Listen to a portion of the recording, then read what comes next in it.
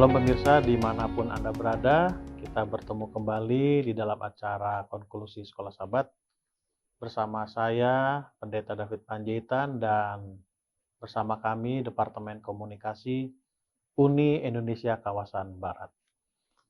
Kita sekarang berada di ujung atau sabat terakhir, sabat 13 di pelajaran Sekolah Sabat kuartal 2 tahun 2021, di mana judul besarnya adalah Janji dan subjudulnya adalah Perjanjian Kekal Allah.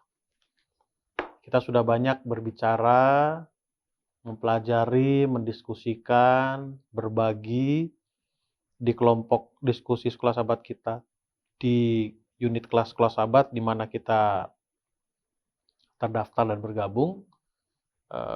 Bagaimana Allah berjanji kepada umat manusia untuk menyelamatkan, untuk mengangkat status manusia di mana sebelumnya adalah manusia berdosa, statusnya sebagai budak dosa atau diperhamba oleh dosa, anak-anak setan, anak-anak kegelapan, diangkat kembali kepada status yang lebih baik, yaitu anak-anak Allah, saudara Yesus Kristus, anak-anak terang. Itu janji yang Allah berikan kepada umat manusia. Itu sudah disampaikan sejak dulu, mulai dari zaman Perjanjian Lama dan juga zaman Perjanjian Baru.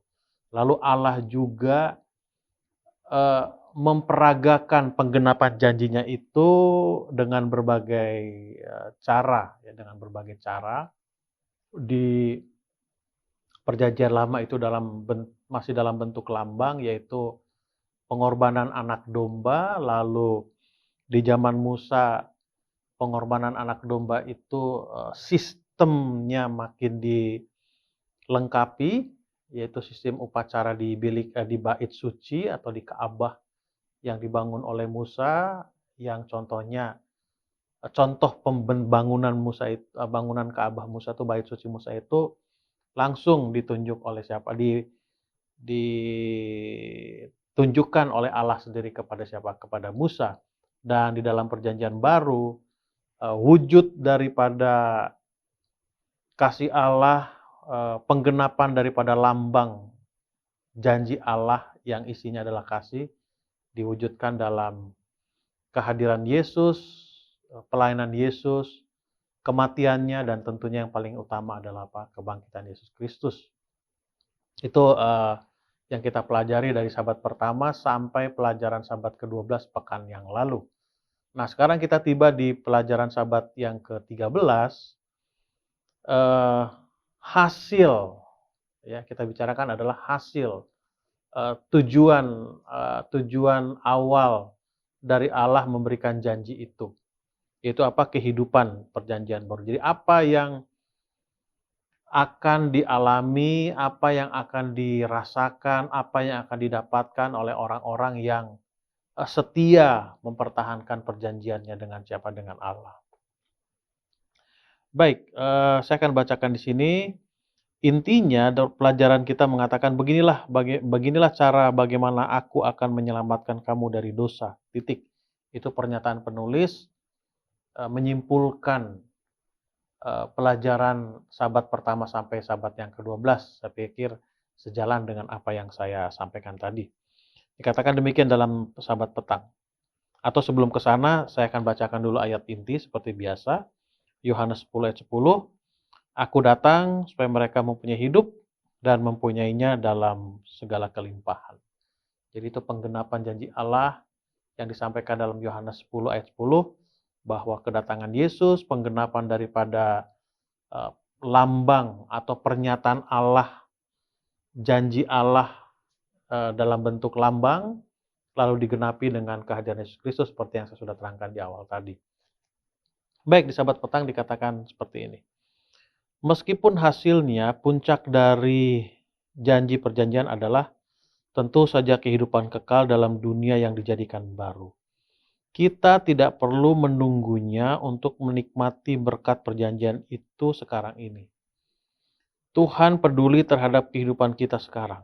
Dia menginginkan yang terbaik untuk kita sekarang. Perjanjian bukanlah satu kesepakatan di mana Anda harus melakukan ini, dan ini, dan ini, dan kemudian Anda mendapatkan upahmu. Upah, pemberian, semua itu adalah berkat bagi mereka yang oleh iman masuk ke dalam hubungan perjanjian yang dapat menikmati di sini dan dan sekarang. Jadi perjanjian itu kita tidak harus melakukan ini dan itu, bukan. Tapi perjanjian itu adalah di mana kita terlibat datang kepada Allah, di mana perjanjian itu kita terima sesuai dengan iman kita, ya berdasarkan iman, seperti yang kita pelajari pekan yang lalu. Jadi semua itu didasari oleh iman. Nah, membuktikan bahwa kita sudah tergabung dalam perjanjian itu, menunjukkan bahwa kita menghidupkan iman kita itu akan terlihat dari sikap kita, kehidupan kita, di mana kehidupan kita itu mencerminkan perjanjian-perjanjian yang sudah kita sepakati bersama Allah kita. Baik, kita masuk ke pelajaran hari Minggu yang judulnya adalah sukacita. Ini pelajaran yang menarik, perlu kita perhatikan. Kenapa? Karena kita sulit memisahkan antara perasaan dan juga iman kita, keyakinan kita. Kita sering mengutamakan perasaan kita untuk menyatakan bahwa iman kita itu benar. Tapi seharusnya didasari oleh keyakinan kita, baru kita mengekspresikannya melalui perasaan-perasaan kita. Kita akan bacakan beberapa tulisan-tulisan di sini yang ditulis oleh penulis yang menurut saya perlu kita cermati bersama. Baik, ayat inti yang diambil di pelajaran hari Minggu adalah 1 Yohanes 1 ayat 4 yang isinya demikian. Dan semuanya ini kami tuliskan kepadamu supaya sukacita kami menjadi sempurna. Jadi kehidupan perjanjian baru itu adalah kehidupan yang sukacita. Ya, kehidupan yang penuh kegembiraan. Kehidupan yang tidak ada beban. Kehidupan yang cheerful, ya. Sukacita dirasakan oleh setiap orang yang setia di dalam mempertahankan perjanjian. Perhatikan apa yang Yohanes tulis di sini. Dalam beberapa kata sederhana, dia mengekspresikan apa yang harus menjadi satu keuntungan besar untuk kita miliki sebagai umat perjanjian, yaitu janji sukacita. Jadi sukacita itu adalah ekspresi, ya ekspresi dari apa yang sudah kita dapatkan, ekspresi daripada keyakinan kita. Sebagai orang-orang Kristen, kita sering dianjurkan untuk tidak berjalan dengan perasaan. Karena iman bukan perasaan, seperti yang saya sudah ungkapkan di awal tadi, di pelajaran hari Minggu. Dan kita perlu melampaui perasaan-perasaan kita, semuanya benar. Tetapi, pada saat yang sama, kita bukanlah manusia jika kita bukan makhluk berperasaan, memiliki emosi dan suasana hati. Kita tidak dapat menyangkal perasaan kita. Apa yang kita perlu lakukan adalah mengerti hal-hal itu, memberikan peran yang pantas, dan sedapat mungkin tetap mengontrolnya. Tetapi menolak semua itu adalah menolak apa artinya menjadi manusia. Jadi menurut pelajaran kita ini, iman bukanlah perasaan.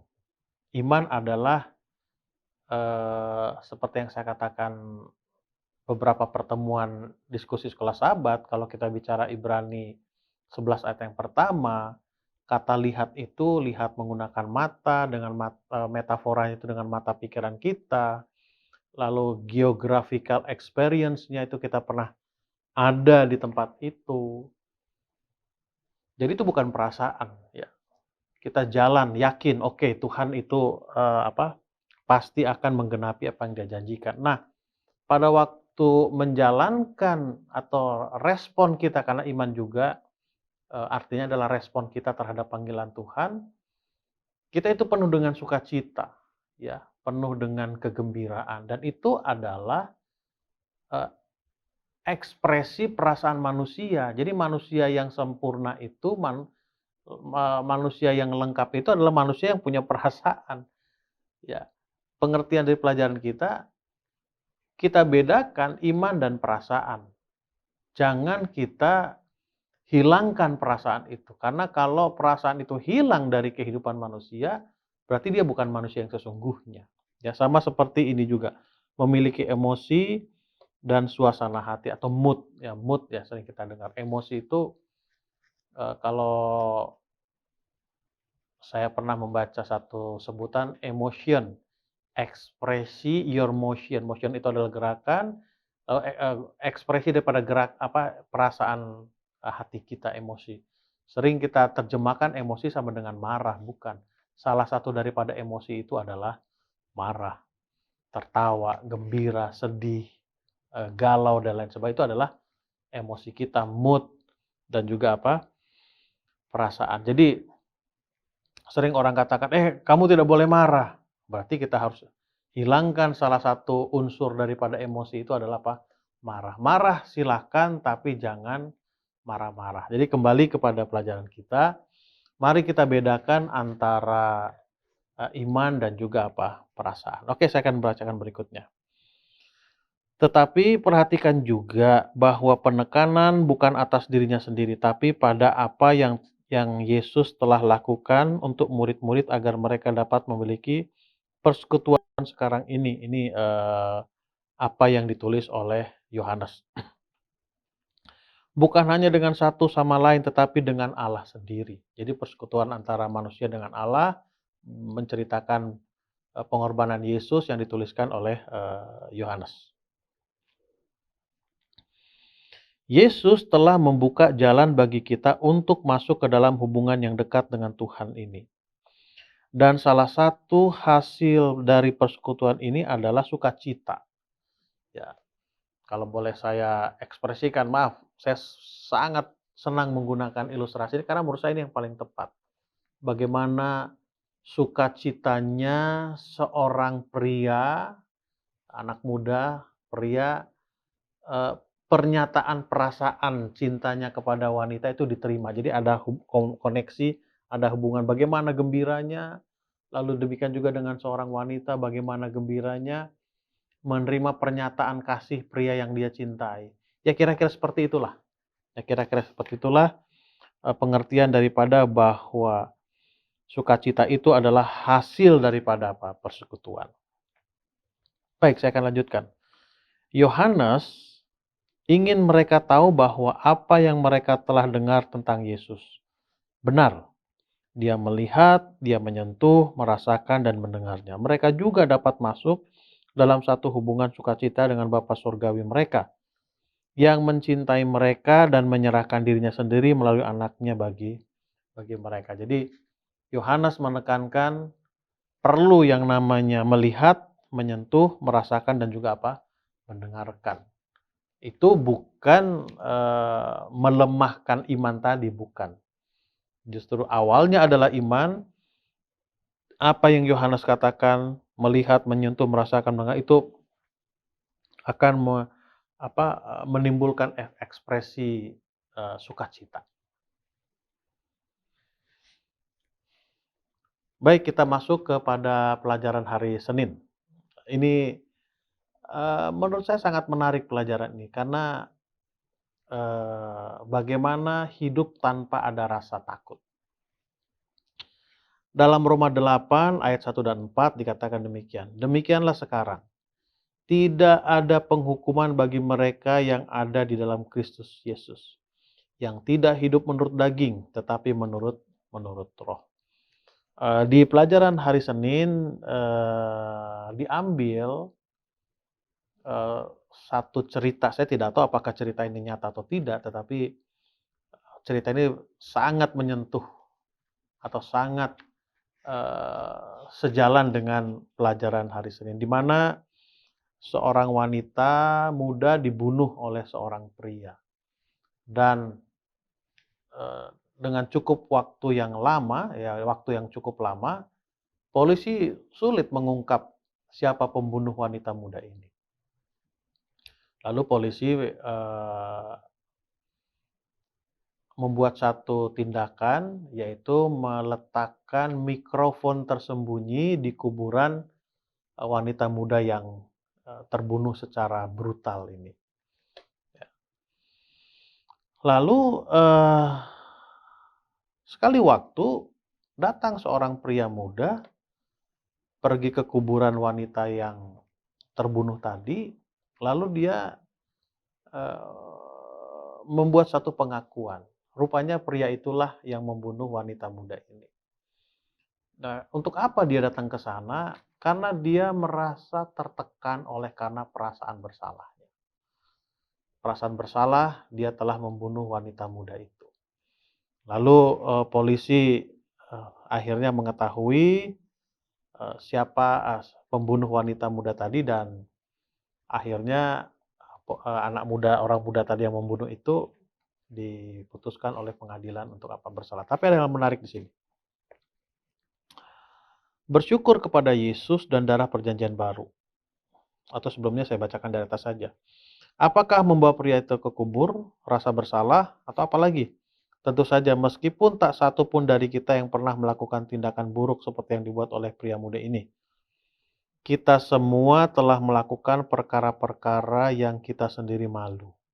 Sesuatu yang kita harap kita tidak lakukan tetapi tidak bisa. Artinya kita semua lakukan kesalahan, walaupun kesalahan kita itu tidak seperti pria muda tadi membunuh. Tapi intinya kita semua melakukan kesalahan dan kita mempunyai rasa apa? Rasa takut. Kecuali kalau memang Roh Kudus tidak ada lagi di hati kita, tentu kita tidak akan ada perasaan rasa takut itu. Bersyukur kepada Yesus dan darah perjanjian baru, tak seorang pun dari kita harus hidup di bawah stigma rasa bersalah. Menurut ayat hari ini, tidak ada penghukuman terhadap kita. Seperti yang selalu saya katakan, bedakan penghakiman dan penghukuman. Hakim yang utama memperhitungkan kita tidak bersalah. Memperhitungkan kita seolah-olah kita tidak melakukan perkara-perkara yang membuat kita merasa bersalah. Jadi, setelah kita menerima Yesus Kristus sebagai juru selamat kita, meyakini bahwa pengorbanan Dia di atas kayu salib sudah cukup untuk menghapus dosa kita dan sudah cukup untuk membayar hutang dosa kita, seperti buku Roma 6 katakan upah dosa adalah maut, maka keyakinan kita mengatakan kita dinyatakan benar atau kita dinyatakan tidak pernah berbuat kesalahan oleh Hakim Agung itu. Jadi setelah kita meyakini dan merasakan itu, lalu diekspresikan dengan rasa apa? Rasa sukacita, seperti pelajaran pada hari Minggu yang kemarin sudah kita pelajari. Itulah kehidupan dari orang-orang yang setia terhadap perjanjian dengan siapa? Dengan Allah. Oke, saya akan bacakan lagi. Satu dari janji yang terbesar untuk hidup dalam hubungan perjanjian dengan Tuhan adalah bahwa kita tidak perlu lagi hidup di bawah beban rasa bersalah. Karena darah perjanjian, kita yang memilih untuk masuk dalam hubungan perjanjian dengan Allah, yang memilih untuk berdiam dengan syarat iman, pertobatan, penurutan, dapat merasakan beban rasa bersalah itu diangkat. Itu diangkat. Ketika setan berusaha berbisik di telinga kita bahwa kita jahat, bahwa kita buruk, bahwa kita terlalu berdosa untuk diterima Allah, kita dapat melakukan apa yang Yesus lakukan ketika setan mencobai Dia di padang belantara. Kita dapat mengutip kitab suci. Jadi kita harus yakin bahwa kita sudah diampuni, lepaslah beban kita, rasa bersalah kita. Tapi di sisi lain, setan selalu membisikkan di telinga kita bahwa kita ini masih berdosa dan tidak layak diampuni. Sangat besar dosa kita, tapi Kita harus melakukan seperti apa yang Yesus lakukan. Yesus dicobai, apa yang Yesus lakukan, dia selalu mengutip ayat Alkitab. Ya, mengutip ayat Alkitab. Masalah hilang rasa bersalah ini saudara-saudara, saya tidak tahu apakah saudara-saudara pernah alami, tapi saya pernah alami. Pada waktu saya mengendarai kendaraan, mobil, lalu entah bagaimana polisi yang sedang berjaga memberhentikan saya dengan peluitnya, lalu langsung saya, aduh apa ini? Aduh, saya langsung ngerasa bersalah, karena polisi tidak akan pernah memberhentikan pengendara kalau menurut polisi dia itu tidak bersalah. Jadi polisi itu menghampiri saya, lalu dia minta untuk saya menurunkan kaca jendela, lalu saya turunkan kaca jendela. Lalu dia tanya, "Selamat sore Pak, boleh lihat SIM dan STNK-nya?" "Oh baik Pak, baik Pak." Lalu ditanya, "Apakah Bapak merasa bersalah?" Saya bilang, "Waduh apa Pak?" Dia bilang, "Bapak melanggar marka jalan." "Aduh Pak, maaf maaf saya terburu-buru," saya bilang, saya tidak perhatikan. Waduh, saya langsung berpikir, waduh ini sudah repot lah ini urusannya, panjang lah. Kalau surat izin mengemudi saya ditahan, perlu waktu untuk mengambilnya lagi.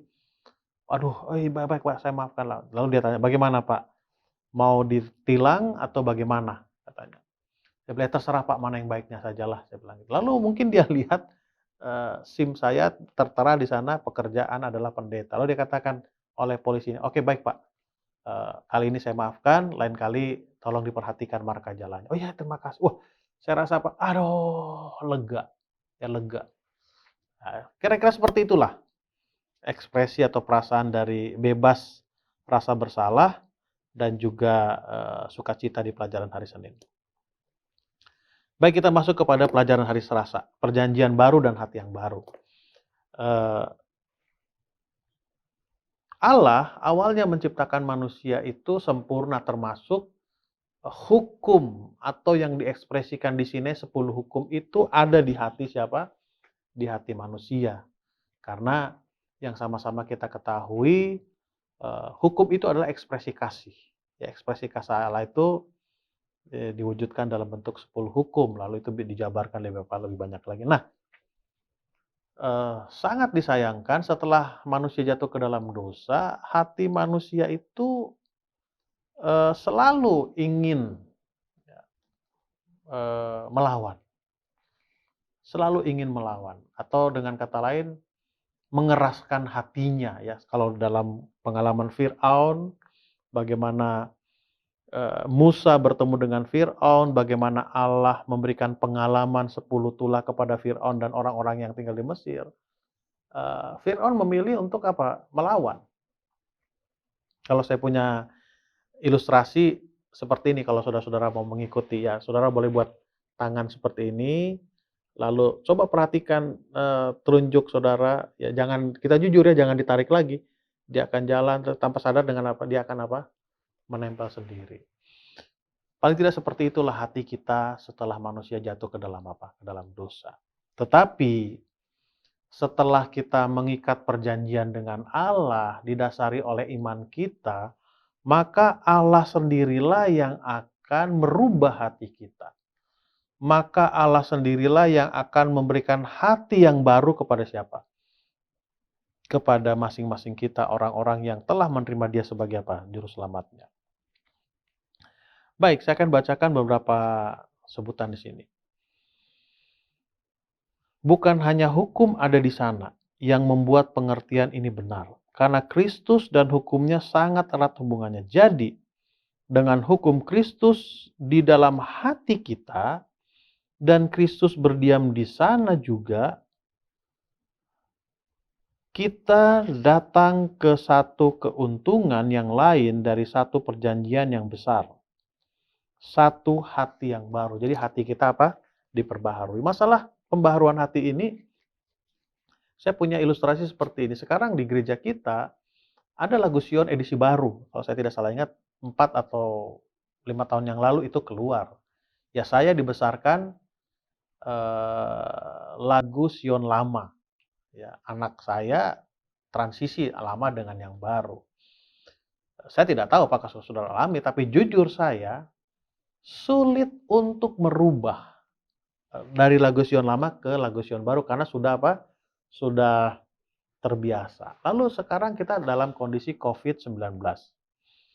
Saya pikir sudah 1 tahun lebih kita sudah terbiasa dengan penggunaan masker. Jadi sekarang pada saat kita keluar rumah tidak menggunakan masker, ada sesuatu yang berbeda, ada sesuatu yang hilang seperti itu. Kenapa?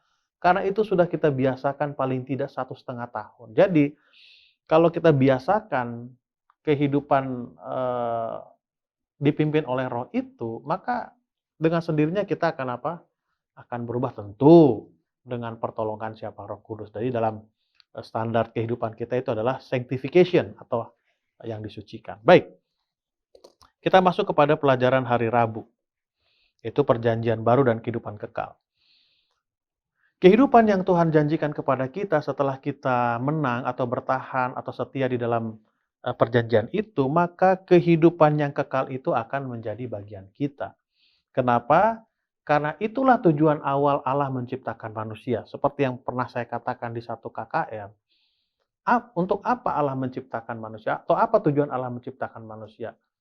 Untuk hidup selama-lamanya, dan bahagia. Karena ada orang hidup umur panjang dan bahagia. Susah, terus untuk apa? Nah, kembali, sangat disayangkan Adam dan Hawa sebelum menerima kehidupan kekal itu, mereka harus diuji kesetiaannya. Dengan cara bagaimana Allah menguji mereka, yaitu tadi, bahwa ini boleh dimakan, ini tidak boleh apa? Tidak boleh dimakan. Mereka gagal di sana, sehingga kehidupan kekal yang harusnya menjadi bagian mereka itu Tuhan tidak apa? Adam dan Hawa belum menerimanya. Nah, setelah kehidupan yang baru atau perjanjian yang baru, kehidupan kekal itu akan menjadi bagian kita. Nanti setelah kita masuk dalam kerajaan sorga. Bagaimana prosesnya? Kalau saudara ingat, Rasul Paulus pernah berkata, kita akan menyongsong Yesus di angkasa pada waktu kedatangan Yesus yang kedua kali. Nah, orang-orang yang mati waktu hidupnya baik akan dibangkitkan, tubuhnya akan diubahkan. Lalu kita yang masih hidup, sebelum naik ke angkasa, tubuh kita juga akan diubahkan dengan tubuh yang bagaimana? Tubuh yang tidak akan pernah mengalami apa? Kematian. Jadi tabiatnya baik, juga kualitas fisiknya juga itu apa? Baik. Itu akan terjadi nanti. Baik, saya akan bacakan di sini. Satu sukacita yang besar mengetahui bahwa akhir hidup kita bukanlah di dalam kubur, tetapi tidak ada akhir. Karena kita akan memiliki kehidupan yang baru yang akan bertahan selama-lamanya. Hidup selama-lamanya dan bahagia. Itu saya tekankan. Jangan hidup umur panjang, sakit-sakitan. Untuk apa umur panjang kalau kita apa? Sakit-sakitan. Tapi umur panjang, hidup selama-lamanya dan apa? Dan bahagia. Oke. Kristus menjadi satu daging dengan kita, supaya kita boleh menjadi satu roh dengan Dia. Karena hubungan inilah kita akan keluar dari kubur, bukan saja sebagai satu pernyataan kuasa Kristus, melainkan karena oleh iman hidupnya telah menjadi hidup apa? Hidup kita. Oleh karena Kristus, maka kita bisa apa? Bisa menerima hidup kekal. Baik, kita akan masuk pelajaran hari Kamis. Perjanjian baru dan misi. Tentu kalau kita bicara misi, kita akan berfokus kepada Matius 28 ayat 19 dan 20, di mana Yesus perintahkan kepada murid-muridnya, karena itu pergikanlah, jadikanlah semua bangsa muridku, dan baptiskanlah mereka dalam nama Bapa, Anak, dan Roh Kudus. Dan ajarlah mereka melakukan segala sesuatu yang telah kuperintahkan kepadamu. Dan ketahuilah aku menyertai kamu senantiasa sampai kepada apa? Akhir zaman. Jadi setelah kehidupan kita diperbaharui, kita mengikat perjanjian dengan Allah kita, dan ikatan perjanjian itu didasarkan oleh iman kita, keyakinan kita, maka akan timbul sukacita. Akan terlihat ekspresi kehidupan kita itu penuh dengan apa? Dengan sukacita. Nah, pada waktu ekspresi sukacita itu keluar dari kehidupan kita, maka orang akan menyaksikan di sekeliling kita. Kenapa dia seperti itu? Hidupnya berbeda dulu dibandingkan sekarang. Dia lebih ceria sekarang dibandingkan dulu. Itulah yang harusnya dilakukan, dihidupkan oleh murid-murid Kristus. Dan misi daripada murid-murid Kristus itu adalah menyampaikan kepada orang lain bahwa ada sukacita di dalam siapa? Di dalam Kristus. Dengan kata lain, semua orang yang sudah dibaptiskan harus bersukacita hidupnya. Ini sekedar catatan saja atau pengamatan saja. Biasanya kalau ada acara baptisan di gereja kita, lalu para calon baptisan itu diperkenalkan, lalu disuruh membacakan 13 pilar keyakinan gereja kita, saya mengamati ekspresinya itu sedih, seperti susah. Saya pikir, apa seperti ini seharusnya? Harusnya cheerful, gembira.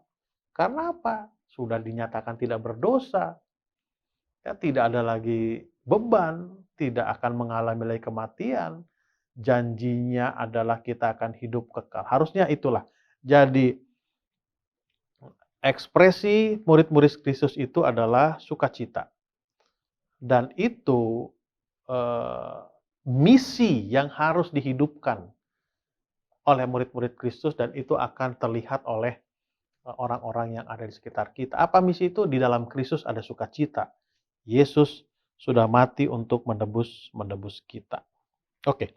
Bagi orang Kristen perjanjian baru, masalah itu bukanlah sesuatu yang mereka gumuli. Sebaliknya, mereka yang tahu kabar ajaib mengenai seorang juru selamat yang telah disalibkan dan bangkit, yang mati karena dosa-dosa seluruh umat manusia, agar mereka memiliki hidup kekal, mengalami sukacita. Seperti yang saya sudah ungkapkan tadi. Baik. Kita masuk ke pelajaran hari Jumat.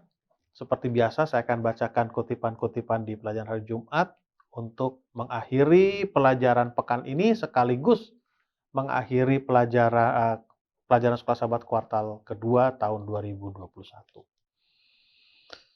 Anak Allah yang suci tidak menanggung dosa atau duka cita dari dirinya sendiri. Jadi bukan kepentingannya, kepentingan kita. Dia memikul duka cita orang lain karena padanya telah ditanggungkan kesalahan kita semua. Melalui simpati ilahi, dia menghubungkan dirinya sendiri dengan manusia. Dan sebagai perwakilan ras manusia, dia tunduk untuk diperlakukan seperti seorang pelanggar. Dia memandang ke dalam neraka sengsara terbuka bagi kita karena dosa-dosa kita.